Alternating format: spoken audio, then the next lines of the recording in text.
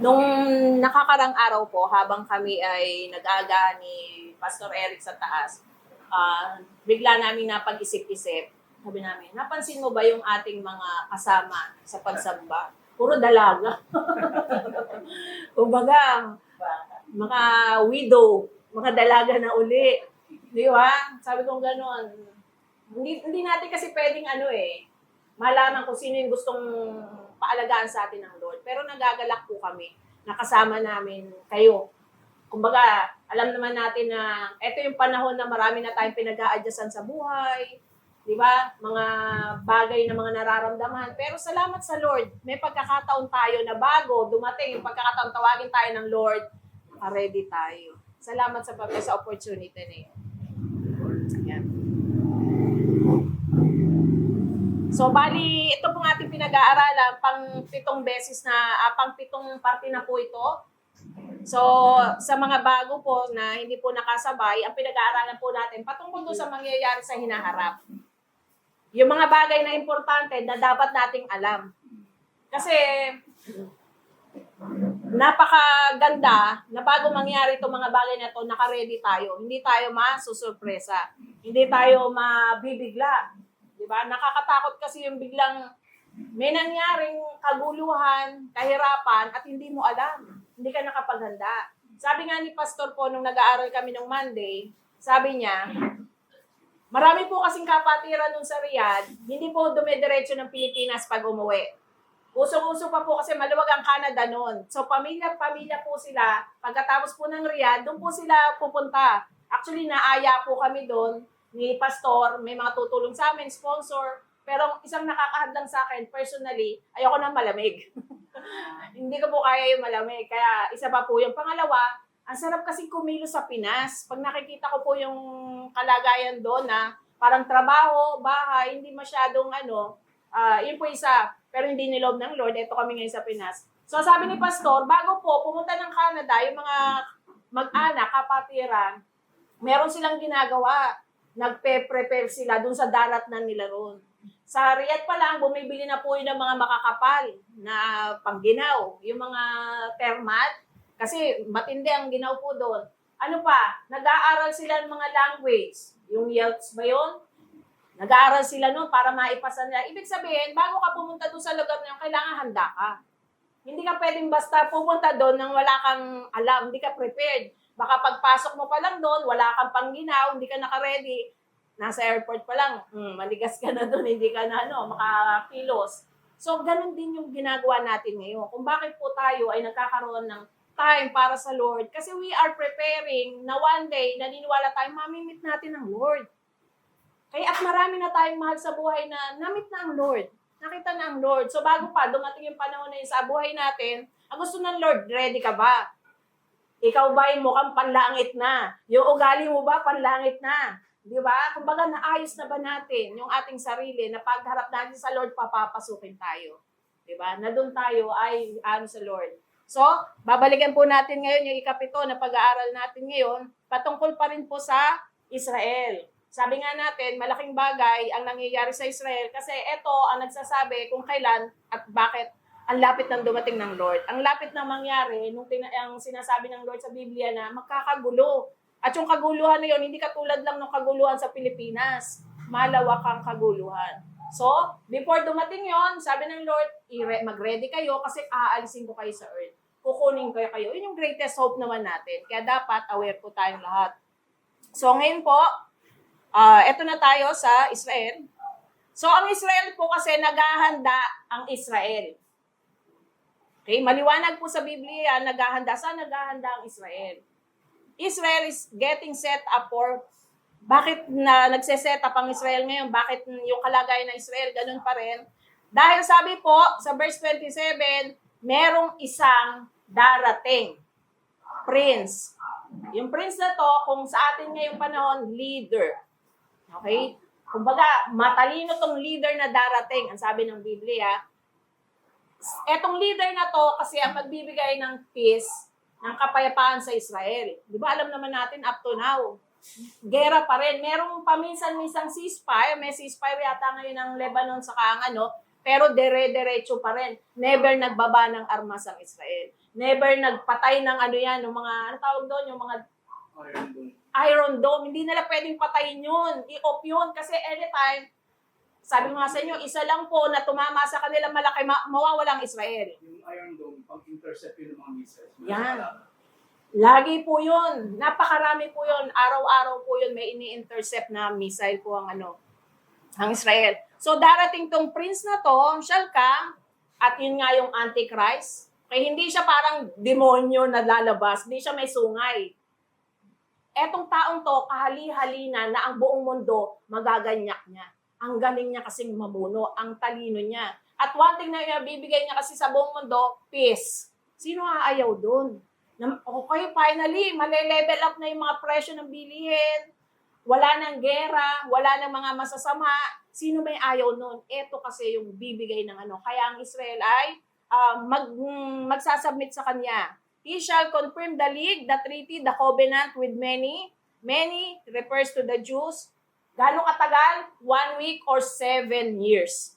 So, eto na lang po yung last na inaantay natin. Kung kailan ito mangyayari, pag lumabas ang Antichrist, mag-i-start siyang 7 weeks na yan. Pag lumabas yung leader na yon, may mga meeting na ba nangyayari? Actually, sa pagdaan po ng araw, sa pag-aaral natin, papakita ko po sa inyo, hindi po ito basta sa kwento-kwento, kundi sa balita po, laman to ng balita. Yung mga malalaking leaders, lalo sa Europe, sa Russia, yung mga leaders na nagkakaisa.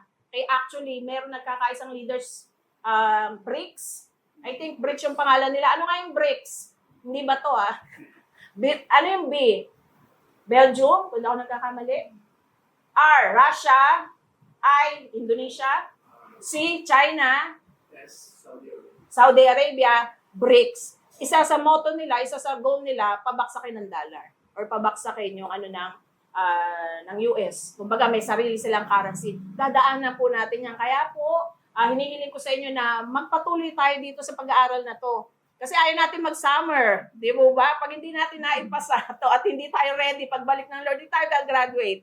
Baka tayo ay maiwan. So 1 week or 7 years, kung bakit ang Israel nandiyan pa rin, kung bakit hindi nawawala sa mapa, nabubura sa mapa ang Israel, kasi may 1 week pa silang ipapadaan sa kanila ng Lord. Meron pang 7 years. Okay? So, nandun na tayo sa gap, napag-aralan na natin yan. Yung 490 years, sabi ng Lord, bago mag-unaw ang mundo, may 490 years. Tapos na yung 480 years, napag-aralan na natin yun. So, yung 1 week na lang, may gap na tinatawag. Bakit hindi na lang eksaktong 490 years? Di syempre, alam na natin kung kailan matatapos yung babalik ang Ang tao pa naman, kung kailan nandun na yung malapit na yung kapahamakan sa anak, saka kumikilos, di ba? Ang mga bata, kailan maglilinis ng bahay, pauwi na ang nanay, bilisan nyo. Di ba ganun tayo Kumikilos tayo pag nandyan na. Pero ang sabi ng Lord, alam niyo ba, ang sabi ng Lord, hindi nyo alam ang araw o oras kung kailan siya babalik. Kaya anong gusto ng Lord? Maging ready tayo. Walang nakakaalam, yun ang sabi niya. So, andun tayo sa gap ngayon. Once na natapos po yung gap na yan, etong panahon ng church na kung saan binibigyan ng Panginoon ng pagkakataon ng lahat na makarinig. Wala pong haharap sa Lord na hindi nakarinig ng salita. Kaya hindi po aksidente na nandito ka ngayon nakakarinig. Kasi one day, pag-harap mo sa Lord, hindi mo pwede, Lord, hindi ko alam. Walang ganun sa Lord. Sabi ng Lord, bago ka humarap sa akin, lahat ng tao nabigyan ng pagkakataon. Okay, so nandiyan po tayo sa gap. At one day, mangyayari po yan pag bumalik ang Lord, yung huling 7 taon ng matinding kahirapan sa mundo. The gap was at least few days. Okay? Because it had to be long enough for Christ to die. Alam po natin na si Christ, bago siya ipako sa krus, di ba? Pumasok siya dun sa yung araw ng sumisigaw ang mga tao ng Hosana, yung sa ngayon, pinagdiriwang na may palaspas, ilang araw lang bago siya ipako sa krus. Di ba sabi sa pinag-aaralan natin, ang Misaya, papatayin. At nangyari yun. Ano pa? Sabi ng Lord, yung templo na tinayo nyo, magigibaya. Kailan nangyari siya? May gap din doon. Noong taong 17 nangyari yun. Napag-aralan na din po natin noong nakaraan. At gaano katagal yung gap? Bago lumabas ang Antichrist, bago niya i-confirm yung covenant, eto. Hindi natin alam. Hindi natin alam kung kailan siya mangyari. Pwede siya mangyari ba anytime? Pwede po. Mangyari siya anytime. Kasi ang sabi ng Lord, kung kailan daw, at peace sa mga tao, panatag ang mga tao, happy ang mga tao, saka raw darating ang kapahamakan. Di ba? Yung sa panahon po kasi ni Noah, bago po gunawin ng mundo, ganun ang kalagayan ng tao. Ayaw nila makinig sa salita ng Lord, kanya-kanya sila ng trabaho, liwaliw, lahat ng everything, wala silang panahon sa Diyos, then dumating yung kapahamakan. At alam natin na sila ay nalipol.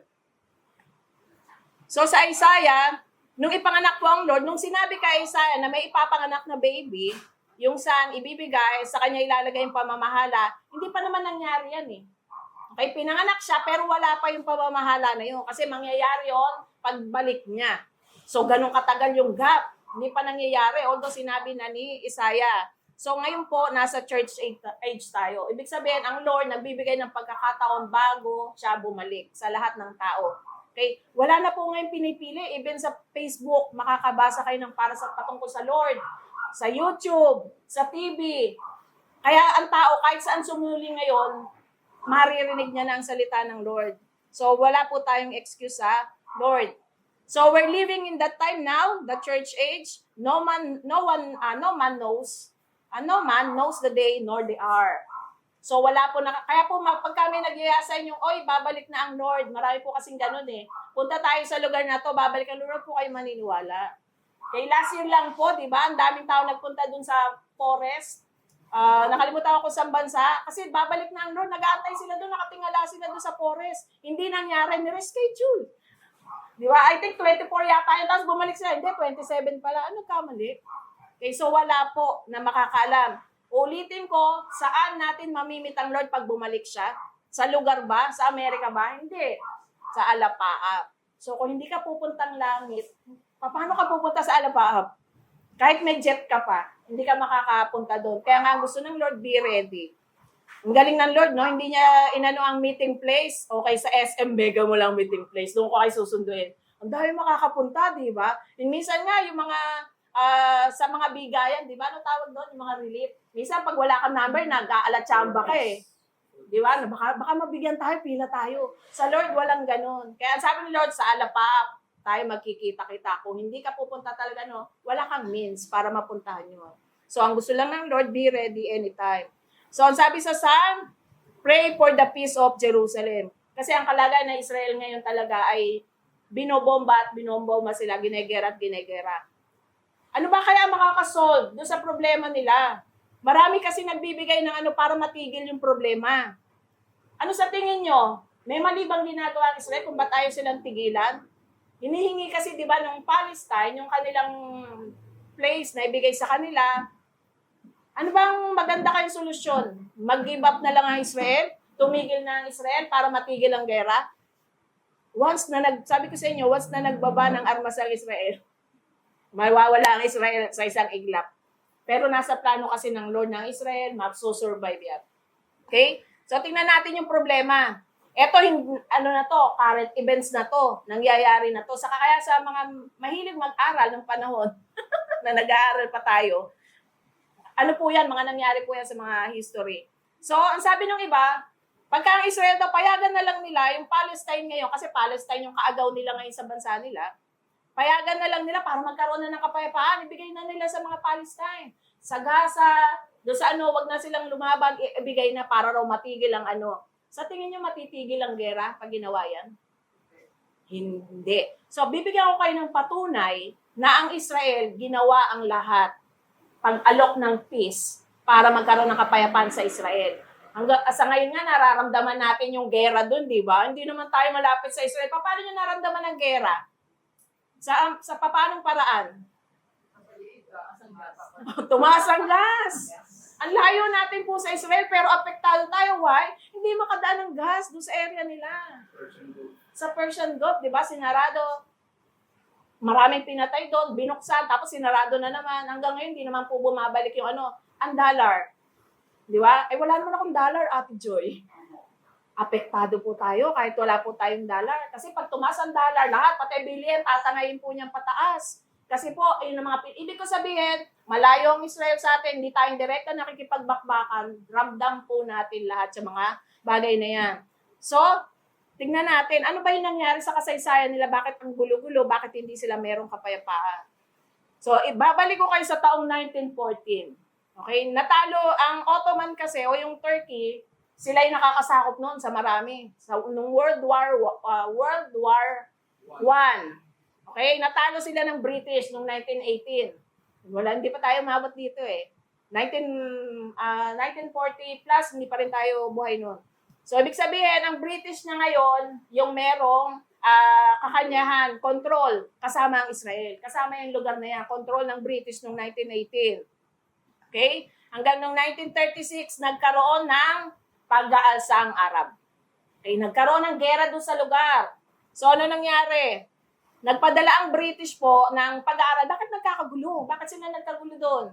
So, anong naging, lumabas doon sa pag-aaral nila? Ang tawag doon sa commission? Sige, magpapadala tayo ng commission dyan, ng Phil Commission. Alamin mo anong problema ng dalawang yan. So, ang problema, may dalawang mga tao, people, na parehong gustong mag-angkina ng lugar. Okay? Hudyo, Jews, o Israel, saka yung mga Arabs. Okay? Gusto nila parehong sila yung mamayani sa lugar, nag-aagawan sila ng lupa. So, anong ginawa ng British? Okay, ang ginawa ng British, okay, paghiwalayin. Para wag mag-away, bigyan ng lupa ang Arab, bigyan ng lupa ang Israel. So, actually dyan, makikita nyo, hindi patas. Dahil, 80% ibibigay sa Arab, 20% sa Israel. Actually, sabi na Rizal, sige, go, para magkaroon ng kapayapaan lang. Pumayag sila sa 20%. Kayo ba papayag pagka napamanahan kayo na 80% sa kanya, akin 20%? Hindi, di ba? Hating kapatid. Di ba pag sinabing hating kapatid, pantay-pantay yun, ano? So, ang sabi ng Israel, sige, para hindi kayo nagkakagulo, ibibigay ko sa inyo itong 20% at sa Arab, yung 80%. Pumayag ba ang Arab? Ang Israel pumayag. Ang Arab ba pumayag? Okay? To remain under British control. So, ayan yung mapupunta sa yung Arab, yan yung orange, ibibigay sa kanila. Yung Jerusalem, British pa rin ang may hawak. At yung kaprasong natitira, yung blue, sige, yan na sa inyo. Maghati kayo para hindi kayo magkagulo. Hindi, para malinaw, yung Arab na pag-usapan yung mga Palestinians. Yan, yung mga Palestinians. Yan. Okay, so mga Palestinians, actually, yun ang nandun naman sa kanila ngayon, di ba? So, pumayag ba? Yan po yung rejection number 1. Hindi pumayag ang Arab. Ayaw pumayag ng Arab. Hindi.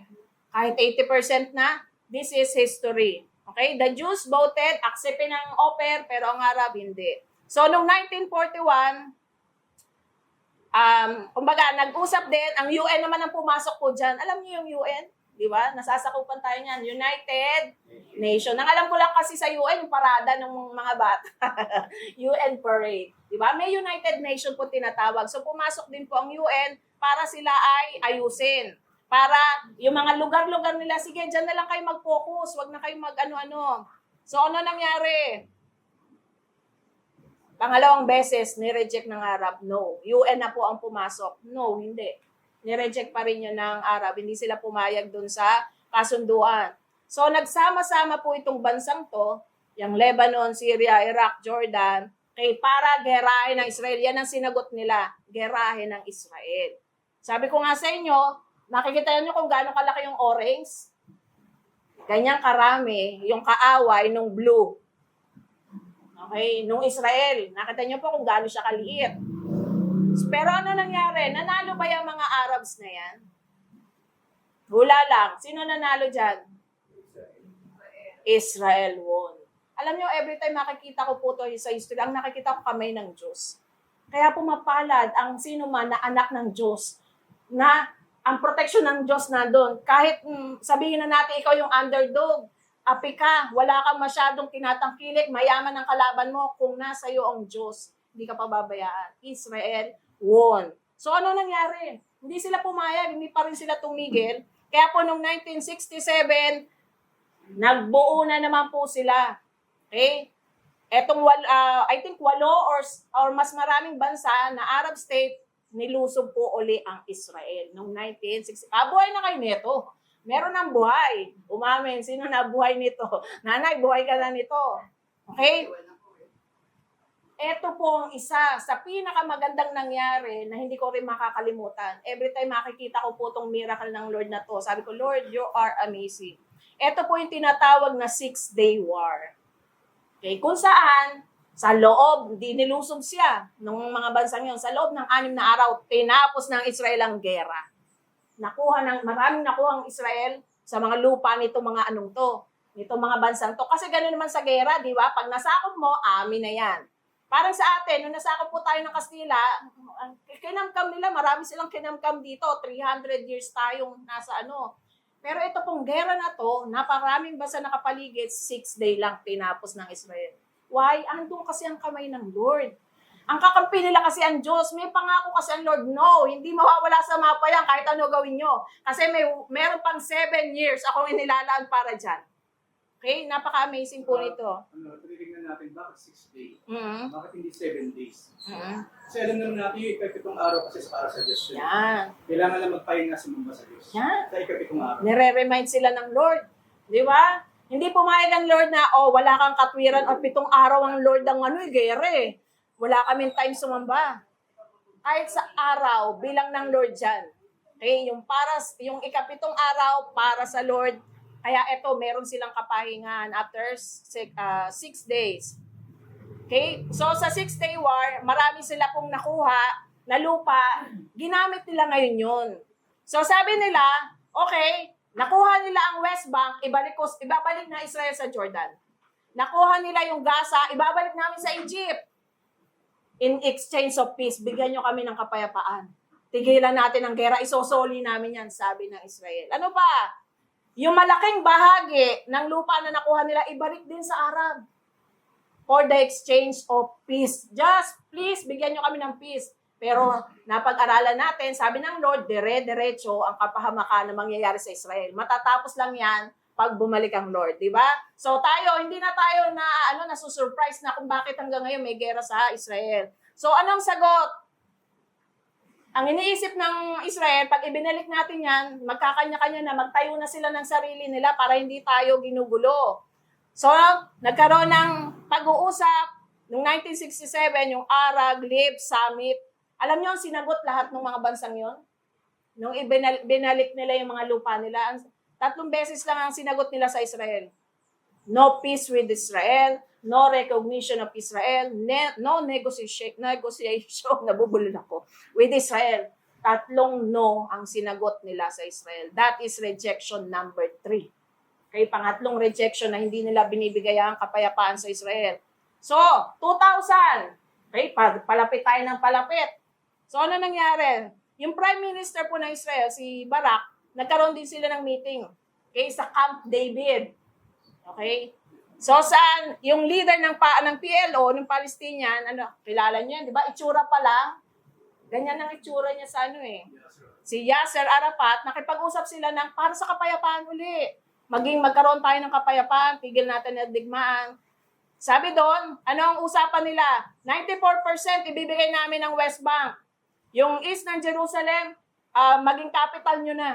Kaysa Gaza. Di ba? Ang laking pabor ng inaano nila para doon sa kapayapaan lang. Ganong kalaki ang willing nilang ibigay para lang magkaroon ng peace sa Israel. Kaso, dahil sa pasaway sila noong nakaraang panahon, pinag-aralan natin yan, hindi sila sumasamba. Di ba? Kaya siningil sila ng Lord. Kung ilang beses silang binabali wala ang pagsamba, ganun din katagal, ibibigay ng Lord na parusa. So, anong sagot? Hindi. Hindi po umuo ang Palestine. Anong sinagot nila? Ito na, nakita nyo na siguro sa news to. Binomba nila ang mga bus, yung mga wedding, pinagpapasok nila, pinagpapatay nila. Maraming pinatay sa Israel nung mga panahon na yan. That is rejection number 4. Ika-4 na rejection. Hindi. No peace with Israel. Iyan po ang sinasagot lagi ng mga Arab. Hindi na tayo magtataka kung bakit patuloy po yung gera. Kasi iyan po yung kanilang laging sinasagot. Ano pa nangyari? 2008. Okay? Okay, sige, ibibigay namin yan. Dagdag namin. Bibigyan pa namin kayo ng additional land. Dagdag doon sa unang pinag-usapan. Kaysa si Olmert naman yung nakausap. So ano nangyari? Anong sagot ng Arab? No. Hindi. Ayaw pa rin nila ibigay. Yan po yung rejection number 5. So, 5 beses na po silang nire-reject do sa peace. Kaya yung sinasabi po ng mga tao pag narinig sa balita na ayaw kasi ibigay na Israel yung Palestine. Bakit kasi kinukubkob? Hindi po yan totoo. Nasa history po yan. Kung paano maraming beses tinangka ng Israel na magkaroon ng peace sa kanila. 2005, okay? Iniwan ng Israel ang Gaza. Sige, mamuhay na kayo dyan. Alam niyo naman ang Gaza. Matunog na matunog yung Gaza. Ano ang ginawa nila? Nagtayo sila doon ng terrorist. Anong ginawa ng terrorist na yon? Okay, nag-develop sila. Anong tawag ng terrorist sa Gaza? Hamas. Yun ba yung Hamas? Iba pa yung Hezbollah, no? Hezbollah sa Lebanon. May kanya-kanyang pangalan. So, yan yung mga tumatarget sa So, nag-develop sila, imbis na pagyamanin yung Gaza, nag-develop sila doon ng terrorist na ang walang ginawa ngayon, kundi lusubin ng Israel. At kung natatandaan niyo yung October 7 na matinding nangyari sa Israel, na nilusob sila, di ba? Na kung saan marami pong pinatay. Nasa news po lahat yun. Pinasok ang Israel, galing po yun sa Gaza. Sinira po nila yung border ng Gaza para makapasok sila dyan. At unaware, hindi natin alam kung yung communication kasi pinutol. Yun ang ginawa una, kaya sila ay nakapasok. So, each time, Israel has agreed, the Palestinian state, the Palestinian rejected the offer. Yan po yung kanilang patuloy na ginagawa. So, kaya kung bakit merong pero one day, magkakaroon ng peace sa Israel. So, gusto ko, Pastor, i-explain mo nga ito na ito mga latest na to, 2024. Okay, noong 2024, kung nagbabasa tayo ng balita, biglang out of Lebanon, merong nangyari. Ang unang nangyari kasi, buhay pa nun yung Hezbollah, pinag-usapan natin ngayon. Yung terrorist group na Hezbollah, nakabase sila sa Lebanon. Ngayon, meron silang pinaka-leader. Katulad ng lahat ng Arabs, ayaw nilang makipag-ayos sa Israel, bagkus ang ginagawa nila, i-terrorize ang Israel. So, ngayon, ang sabi ng leader ng Hezbollah, nung terrorist group ng Hezbollah, huwag tayong gagamit ng cellphone. Kasi ang cellphone kasi kahit ito i-turn off, kung gugustuhin ng government, matatalakong nasundan. At kahit i-turn off ng cellphone, kung gugustuhin ng government, makikipag-usap kunyari sa Apple or what, sa Android, ay lang i-track kung nasan ka. Okay? Ngayon ang ginawa kayo ng Hezbollah, since huwag tayong gagamit, bawal sa mga operatives natin, bawal sa mga tauhan natin na mayroong cellphone, kasi nga, matatrack yan sigurado ng Israel. Bumili sila ng mga pagers. Naalala niyo yung mga AC call, yung maliliit ng 1990s? Luma na yun, wala nang gumagamit yun. Pero yun yung binili ng mga Hezbollah, yung mga terrorists. Yun yung ngayon yung ginagamit nila para makipag-communicate yung leader nila sa kanilang lahat. Kaso nga, isang araw, habang ginagawa ng mga terrorists yung everyday na dapat nang gawin, bilang sumabog ng sabay-sabay lahat yun. Nasa Yung balita. mga pager. Yun pala, yung pager na mga binili nila sa isang kumpanya, yung palang kumpanyang yun, front lang ng Israeli intelligence. Kung walang kamalay-malay yung mga terrorists, yung binilang pager, dumaan na sa kami ng mga Israeli. Naghihintay nila ng time kung kailan na yun, siswisyon ng Israel para sumabog. So yun na. Diba sumabog, mula ngayon, bawal na rin ng pager, bawal na. Ngayon na ngayon, okay, it's about time, since bawal na tayong gumamit ng cellphone, bawal na rin tayong gumamit ng pager, walkie-talkie na lang mula ngayon, walkie-talkie. Biglang after one day, nung ginagamit nila walkie-talkie, sumabog din yung walkie-talkies. Yun pala yung walkie-talkies na yun, yung pinagbilan na naman nila 15 years ago, 10 years or 15 years Naka-ready ago. na yun. Israel din pala ang front. Totoo yung kumpanya. Pero in a way, nagkaroon ng deception between Israel. Dinisib nila yung kumpanya. Walang kamalay-malay again yung Hezbollah na yung pinagbilan nila ng walkie-talkie. Ginamit din pala ng Israel. Yung isa sa baterya, kasi dalawa yung battery daw na yung isang battery pala yun, C4 or bomb. Na for 15 or 10 years, naghihintay lang yun kung kailan gagamitin ng Israel. Ang point ko, ganun katalino ang mga Israeli. Ibig sabihin, 10 years before, 15 years before, gumawa ng malawakan terrorism ng mga taong ito, nakahanda na sila 15 years ago or many years ago. Ganun katalino ng Israel. Hindi lamang yun, marami silang spies. Marami silang mga tao na naka-embed mismo sa leadership ng mga terrorist. Akala nila, mga commander nila, Pero yun pala, espiya pala ni Israel yun. Eto, Dan. Oo, ayan. Hindi, ikaw pa rin to. Mas malo kasi sa current events to eh. Itong si Haniyeh, yan yung pinaka-leader ng Hamas. Ngayon, kung yung taong yan, nagtatago yan una sa Qatar. Okay? Mga safe haven nila yan para hindi sila nagalaw ng Israel. Kasi merong peace agreement ng Qatar sa Israel, so hindi pumapasok ang Israel. Ngayon minsan, itong taong ito, pumunta sa Iran para makipag-meet naman dun sa Iranian na counterpart niya ng mga leader din. Kasi we know ng Iran, sila yung supporter ng Hamas, sila rin yung supporter ng Hezbollah, or in short, ang Iran po, yung leadership ng Iran, hindi yung Iranian people, kundi yung gobyerno ng Iran, sinusuportahan nila yung mga terrorist na umaaway sa Israel. So minsan, pumunta itong taong to, secret, pumunta siya doon.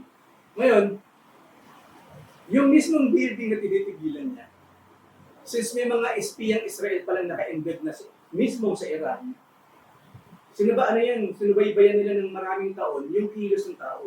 Pag ganitong panahon pala, ganitong araw, or buwan, pumupunta pala ng Iran itong taong to, yung leader ng Hamas, terrorist ng Hamas.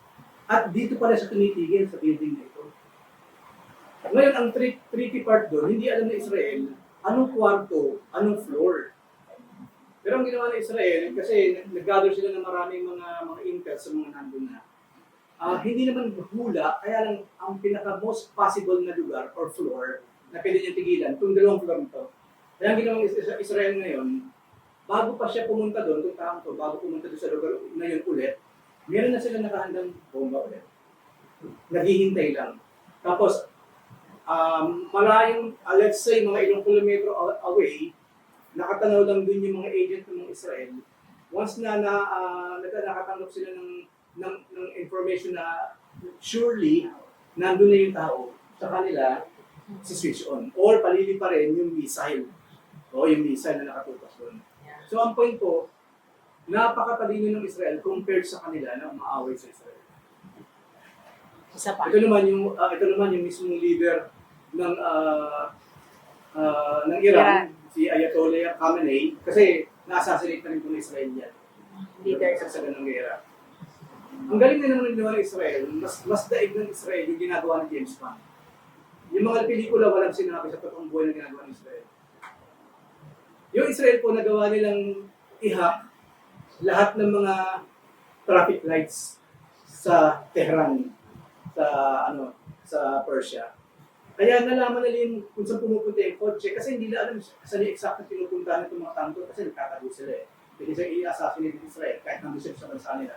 Ngayon Israel, lahat ngayon ng traffic light, ginalagyan nila ng camera o traffic light.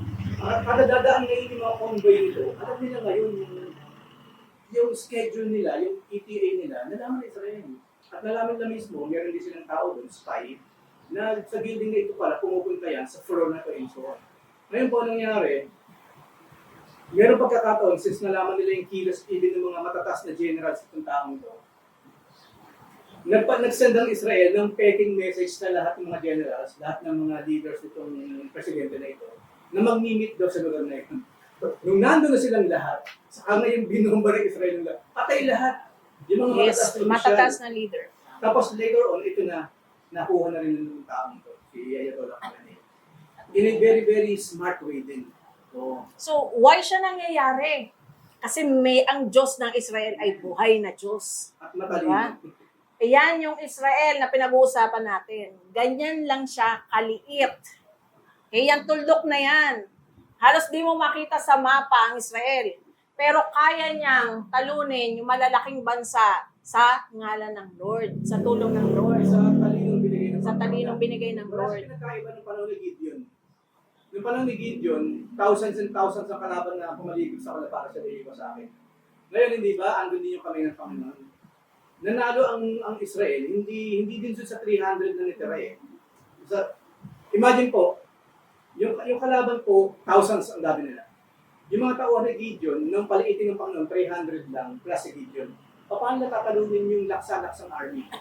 Ang ginawa po ng Panginoon, kinonfuse lang niya yung kalaban. Nagkaroon lang ng confusion kasi tinuruan ng Panginoon si Gideon na kumuha kayo ng sudo, kumuha kayo ng ganito, magpakalat kayo, sumigaw kayo ng malakas. Akala ngayon ng kalaban, ang dami-dami ng kalaban nila. na pinangunguna ni Gideon, balahinan lang. Nagkaroon ng confusion yung kalaban, sila mismo Nagpatayan. sila. Talino lang, talino. So itong mga pinag-aaralan natin na to, pwede nyo pong balikan lahat yan sa YouTube. Nasa history lang. Nasa history po lahat yan. Ganyan po kaganda ang history na mayroon. Why? Ang history kasi natin ay His story. Istorya kasi ng Lord dyan. Okay? At para sa atin po mga nag-aaral, at least alam natin, ganyang karami ang conflict ongoing, yung mga kulay na yan. Mientras na maroon, mas matindi ang laban nila sa Israel, lahat po yan may conflict ongoing sa Israel. Right Pwede now. pa ako magtanong Sige. ng konti. Sabi po sa Bible, sa Proverbs or sa Salmo, ang sabi po doon, ang digmaan daw hindi nakukuha sa paramihan ng armas. Hindi rin nakukuha ang digmaan sa paramihan ng army. Kundi, kung nasa iyo, kasama mo ang Diyos, sigurado panalo kayo kahit kayong pinakakonte. Ngayon po, gusto ko isama yung Pilipinas sa ang China. Alam ko, maraming Pilipino nagsasabi, ano ba naman Pilipinas, konti lang tayo, yung mga armas natin, may di China din, paano natin tatabol. Kung ikukumpara talaga natin ang ating mga sarili, ang Pilipinas sa China, wala tayong panalo. Economically, mas mayaman sila. Ang army nila, milyon. Ang dami kasi nila, billion sila eh. Ang armas nila, napakarami din sa dami ng pera nila. Yes, kung yun ang titignan natin, wala tayong panama sa China. Pero then again, always remember, ang China po, hindi naniniwala sa Diyos. We believe in God. We believe in the Lord Jesus Christ. Yung Diyos ng Israel, yung din ang Diyos ng Pilipinas. So kung nagawa ng Diyos ng Israel at ng Diyos ng Pilipinas nung araw, Israel manalo sa maraming mga kalaban na yan, mangyayari din sa atin yun. Kaya wag po nating mamalitin ang Pilipinas. Huwag natin pagtatawanan yung mga luma nating mga sasakyan pandagat, mga luma nating mga tangke. Mga bulok-bulok na. Kasi po kawalan ng respeto yun una sa ating bansa, sa ating sarili, mga Pilipino tayo, minamalik natin sa sarili natin. Pangalawa, number 1 nga pala, huwag natin maliitin yung kakanyahan ng Diyos mismo. For your information, sa Asia po, Pilipinas lang ang Christian country. After us, hindi na Christian lahat yun. At nasa ng Diyos na buhay, nasa isang Christian country, nasa Pilipinas. We will win the war not because of us, but because of the power of our God. Okay? Okay? So last slide. Last 2 slides. Sabi dyan, Israeli Prime Minister Netanyahu declared loudly, yung si Netanyahu po, sabi niya, let the world remember those who tried to destroy us are no more. Lahat na nagtangka na kami ay lipulin, actually wala na sila eh. Yung iba wala na sa history, yung iba wala na sa mapa, yung iba wala na mga presidente. Ganyan po yung power na meron, binibigay ng Lord sa kanila. We came here 75 years ago just to live. Back then, we have no country, no army, 7 nations war against us. We were only 65,000 people. There was no one to save us, only the God of Israel. Jehovah saved us. And yet, attack against us never ceased. Countries like Lebanon, Syria, Iraq, Jordan, Egypt, Libya, and Saudi Arabia showed us no mercy. They all wanted to destroy us, but we survived. After being exiled from our own land, we returned. The United Nations gave us the land that was 65% desierto. Nung umuwi po sila sa Israel, 65% di papakinabangan. Okay? We soak it with our own blood. Talagang naman, literal, dugo ang binuwis nila para maano nila yung kanilang lugar. We turned it into a nation because it means anything to us. At panghuli, we forgot natin, hindi nila nakakalimutan lahat yan. Nakaligtas sila kay Pharaoh sa panahon ng Egypt, di ba? Nakaligtas sila sa pananakop ng Greece. Nakaligtas sila sa Rome. Nakaligtas sila sa Spain. Nakaligtas sila kay Hitler. Hindi nalipol ni Hitler ang mga Hudyo, although 6 million ang pinatay ni Hitler. Ano pa? Nakaligtas sila doon sa Arab nations na pinag-aaralan natin kanina. Nakaligtas sila kay Saddam. Nasaan na si Saddam? Wala na.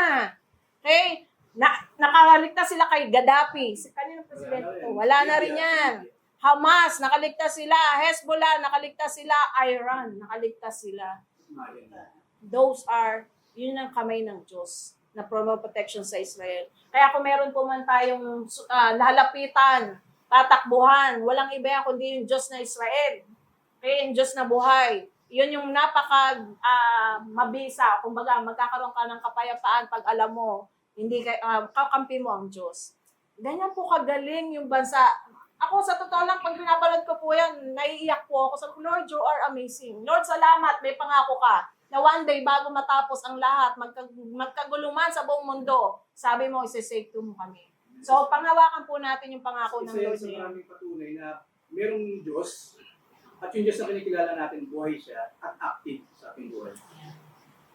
Okay. So, yan po yung ating tutuloy po natin next week. Lord willing, na hindi pa nag-rapture, babalik po tayo rito next week para po mag-aral.